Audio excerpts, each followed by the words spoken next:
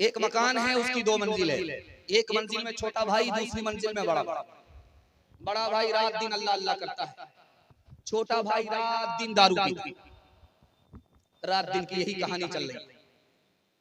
बड़ा भाई जो ऊपर बैठा हुआ अल्लाह अल्लाह करता था, उसने छोटे भाई को ताना मारा, तू तो जहन्नमी है, तू कहीं का नहीं है।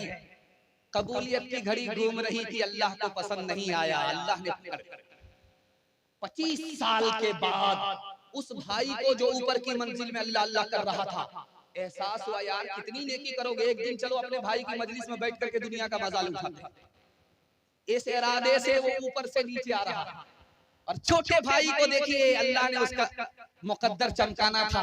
उसके दिल में ख्याल आया, अरे नालायक, कब तक तू नाफरमानी करेगा, एक दिन अपने बड़े भाई की मजलिस में चला जा, एक नेकी तो कर ले, नामे अमाल में वो नेकी आ जाए। छोटा भाई नेकी के इरादे से नीचे से ऊपर आ रहा है, बड़ा भाई दुनिया का मजा लेने के लिए ऊपर से नीचे आ रहा है। अल्लाह ने मलकुल मौत से कहा कि दोनों को उठा लो। बीच सीढ़ी पर आया, इसकी भी रूह कब्ज हो गई, उसकी भी रूह कब्ज हो गई। फरिश्तों ने पूछा कि मेरे परवरदिगार, जन्नती कौन है, जहन्नमी कौन है? तो अल्लाह की तरफ से जवाब आया, बंदे का दिल का हाल खुदा को मालूम। वो छोटा भाई ऊपर जो आ रहा था, तौबे के इरादे से आ रहा था। जो बड़ा भाई ऊपर से नीचे आ रहा था, नाफरमानी के इरादे से आ रहा था। बड़े को जहन्नम में भेजो, छोटे को जन्नत में डालो। एक आदमी अपने नौकर से कह रहा था कि तू किसी काम का नहीं, एक काम को 3 बार करता है। देखो फला साहब का नौकर कितना अक्लमंद है, 3 काम को एक मरतबा करता है। बुखार हो गया, अपने नौकर से कहता जाओ डॉक्टर को बुला करके लाओ। तो 4 आदमी को बुला करके लाया। तो पूछा मालिक ने, ये कौन है? कहा ये डॉक्टर साहब है तुम्हारा इलाज करने के लिए। कहा वो कौन है? कहा वो दर्जी है तुम्हारा कफन बनाने के लिए। क्या पता डॉक्टर साहब नाकाम हो जाए। कहा कि वो तीसरे आदमी कौन है? कहा वो गुस्ल देने वाले हैं, क्या पता मर जाओ, तुमको गुस्ल देना पड़ा। कहा वो चौथा आदमी कौन है? कहा वो गोरकन है, कब्र खोदने वाला, क्या बार बार जाकर के जहमत उठाएं, एक ही बार सबको बुला लिया। अरे नालायक, कहीं के तुम जिंदा आदमी को जीते जी कब्रिस्तान भेजना चाह रहे हैं। है दुनिया जिसका नाम मियां, ये और तरह की बस्ती है, जो महंगों को ये महंगी है और सस्तों को ये सस्ती है।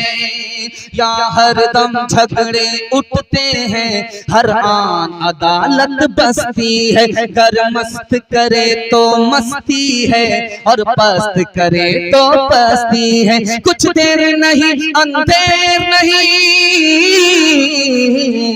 कुछ देर नहीं अंधेर नहीं, इंसाफ और अदल परस्ती है। इस हाथ करो उस हाथ मिले, यहाँ सौदा दस्त बदस्ती है। इस हाथ करो उस हाथ मिले, यहाँ सौदा दस्त बदस्ती है। छोटे छोटे बच्चे बैठे हैं, मैं दिल से दुआ करता हूँ अल्लाह आपके बच्चे को इल्म हुनर से मालामाल फरमाए। बच्चों के हवाले से आपको मैं एक तजर्बे की बात बताना चाह रहा हूँ। आप अपने बच्चे को अच्छा कपड़ा पहना रहे हैं, बच्चा भूल जाएगा, याद नहीं रखेगा। आप अच्छा खाना खिला रहे हैं, बच्चा भूल जाएगा, याद नहीं रखेगा। आप अच्छे मकान बना करके अपनी औकात को बेच बाज करके अच्छा से अच्छा मकान बना रहे हैं, बच्चा एहसान याद नहीं रखेगा, भूल जाएगा। एक एहसान कर दीजिए, ये तजर्बा है, किताबों में लिखा हुआ है, जिंदगी भर आपका बच्चा आपके एहसान को याद रखेगा। आप जाहिल हैं, कोई फर्क नहीं पड़ता, अपने बच्चे को पढ़ा लिखा दीजिए, जिंदगी भर एहसान याद रखेगा। अकबर इलाहाबादी का आपने नाम सुना, बहुत बड़े शायर गुजरे। उन्होंने एक लतीफा कहा कि आज हमारे जवानों का हाल क्या है, खाना खिलाइए बाप की बहुत तारीफ करेगा, कपड़ा पहनाइए बाप की बहुत तारीफ करेगा, मकान बना करके दीजिए बाप की बहुत तारीफ करेगा। जहां उससे कहिए कि पढ़ लिख करके आगे बढ़ो, उसका सर भारी हो जाएगा। ठीक कैसे जैसे मजनू पढ़ा लिखा नहीं था, जाहिल था। लैला पढ़ी लिखी थी, जाहिल नहीं थी। तो लैला की माँ ने कहा मजनू से, हम अपनी बेटी का निकाह तुमसे नहीं करेंगे, तुम जाहिल हो, तुमको स्कूल में पढ़ लिख करके नाम रोशन करना पड़ेगा, तब लैला का निकाह तुमसे होगा। तो मजनू क्या कहता, मैं इस्तीफा देता हूँ, मुझे पढ़ना लिखना मंजूर नहीं है, लैला से निकाह नहीं करता। लैला से निकाह छोड़ दिया लेकिन पढ़ने लिखने के लिए तैयार नहीं हुआ। ठीक हमारे समाज का यही हाल है। अच्छा मकान बना दीजिए, बेटा तारीफ करेगा, अच्छा खाना खिलाइए, तारीफ करेगा, अच्छा कपड़ा पहना दीजिए, तारीफ करेगा। जहाँ पढ़ने लिखने की जिम्मेदारी दीजिए उसका सरबारी हो जाएगा। जैसे मजनू, एक पंडित जी आए राम कथा सुनाने के लिए बस्ती में। कहा हम राम कथा सुनाएंगे, आपके बच्चे को ज्ञान देंगे। कहा कि आप लोग ज्ञान देने के लिए नहीं आए हैं, पेट पालने के लिए। अब बताइए बच्चे को ज्ञान मिलेगा आपके? कहा कि कितने दिन में आपका ज्ञान खत्म होगा? कहा कि 3 महीना। कहा कि किसकी ज्ञान देना चाह रहे, किसका ज्ञान देना चाह रहे? कहा कि रामायण की कथा सुनाने के लिए जा रहे। कहा कि आप झूठ बोल रहे हैं, आप पेट पालने के लिए आए हैं और कुछ नहीं है। राम की कथा तो 3 लाइन में है। एक थे राम जी, एक था रावणा। उसने उसकी जोरू छीनी, उसने जलाया दावड़ा। बस इतना सिखा दीजिए और लंबी गली से निकल जाए। आज हालत क्या है? डॉक्टर का फीस देंगे अभी और वकील का फीस अभी देंगे, लेकिन जो बच्चे को पढ़ा रहा है उस्ताद, उसका फीस अभी नहीं देंगे। कब देंगे? अगले महीने। कब देंगे? उसके बाद में। जब मजदूर को मजदूर काम कैसा करेगा? आपके बच्चे को इल्म नहीं होता इसी वजह से। आज वादा कीजिए यहाँ हाथ उठा करके कि डॉक्टर का फीस उधार रहेगा, लेकिन पढ़ाने वाले का उस्ताद का फीस उधार नहीं रहेगा। हाथ उठा दीजिए इंशाअल्लाह। एक मिसाल पर पैगाम खत्म कर रहा हूँ, जरा ध्यान से सुनिएगा। सिकंदर बादशाह से पूछा कि तुम बाप की कम उस्ताद की ज्यादा इज्जत करते हो, क्या वजह है? तो कहा कि बाप मेरा आसमान से मुझको जमीन पर लाया और मेरा उस्ताद मुझे जमीन से आसमान पर ले गया, इसलिए मैं बाप से ज्यादा उस्ताद की इज्जत करता हूँ। खुदा है मेहरबान, बोलो बोलो है मेहरबान, बोलो ए अहले वतन, जाने वतन बन के दिखा दो। इस खाक के जर्रे को भी इंसान बना दो। इंसान वो है इल्म की हो जिसमें तजल्ली, हैवान को कभी इल्म मिला हो तो बता दो। कांटों को जिहालत के अलग काट के फेंको, तुम इल्म से फूलों से नया बाग खिला दो। बे इल्म का जीना भी है एक किस्म का मरना, जैसे तन बेरू जला दो के दबा दो। खुदा है मेहरबान, बोलो बोलो है मेहरबान, बोलो। जवानों के हवाले से पैगाम है, औरतों के हवाले से पैगाम है। 5 मिनट में मेरे हिस्से का जलसा मुकम्मल हो रहा है। एक अजीम मेहमान कटिहार से तशरीफ ला रहे हैं, उनको भी सुनना है, उनकी दुआ पर आमीन करके जाना है। वादा कीजिए, हाथ उठा दीजिए इंशाअल्लाह। ध्यान से सुनिएगा, जल्दी से निकल जाएगा। हमारा जवान जब तक दारू नहीं छोड़ेगा 10 साल पीछे हो जाएगा, हर साल पीछे होगा। और दारू छोड़ करके 1 साल दिखाए 10 साल आगे बढ़ जाएगा। 10 साल के बराबर 1 साल में तरक्की होगी, दिखाने के लिए जा रहा हूं। आपके घर में अंडा है, कच्चा अंडा, कच्चा अंडा को तोड़ करके दारू में डालिए, दारू की बोतल में डालिए, तजर्बा करके दिखा रहा हूं। कच्चा अंडा दारू की बोतल में डालिए, वो टाइट हो जाएगा ऐसे जैसे कि उबला हुआ। तो जो हलक के नीचे शराब जाएगी, अंदर की अतड़ी का क्या हाल होगा? दूसरा नमूना आपकी खिदमत में आ रहा, ध्यान से सुनिएगा। गोश्त की बोटी एक शराब की बोतल में डालिए, गोश्त की बोटी पानी की बोतल में डालिए। 3 दिन के बाद देखिए कि कौन सी बोटी का रंग, टुकड़े का रंग कैसा हुआ है।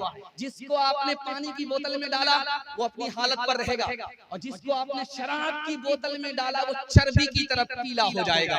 ठीक जब शराब की घोंट हलक के नीचे आती है तो अतड़ी तबाह होकर के सर्द पड़ जाती है, जैसे जोंडिस की बीमारी।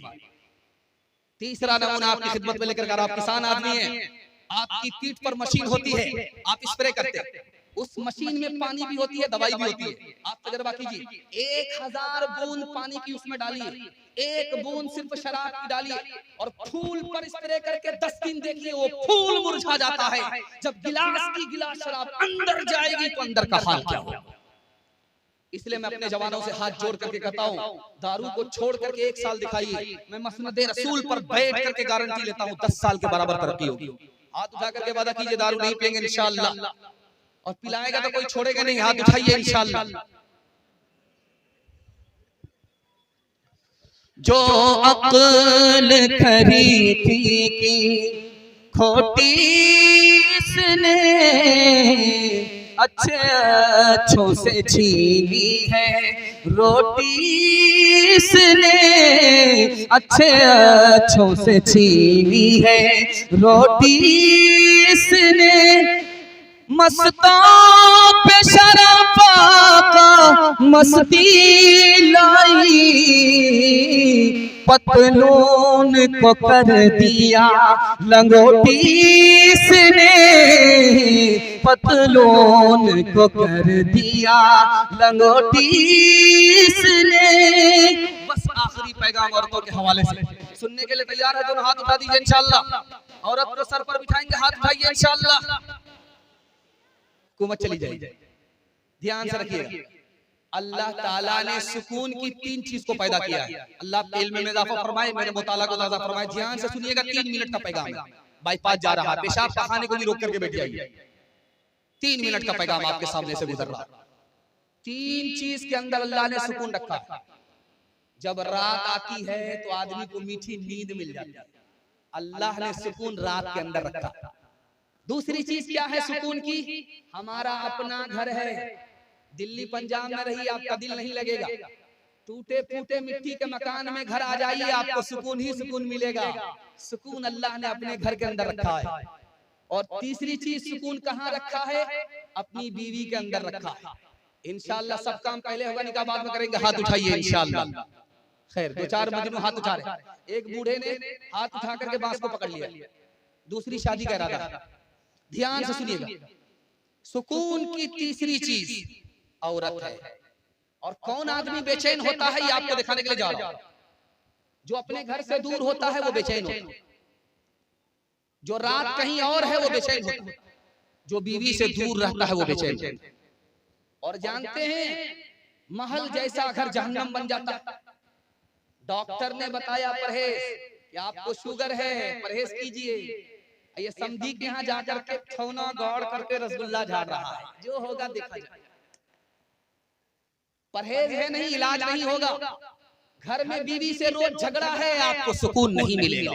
एक दिन झगड़ा खत्म करके दिखाइए, मैं गारंटी लेकर के जाता हूँ, टूटे फूटे घर को अल्लाह जन्नत बना देगा। सर सैयद अहमद खान साहब का आपने नाम सुना है, दुआ कीजिए अल्लाह उनकी कब्र को दूर से भर दे।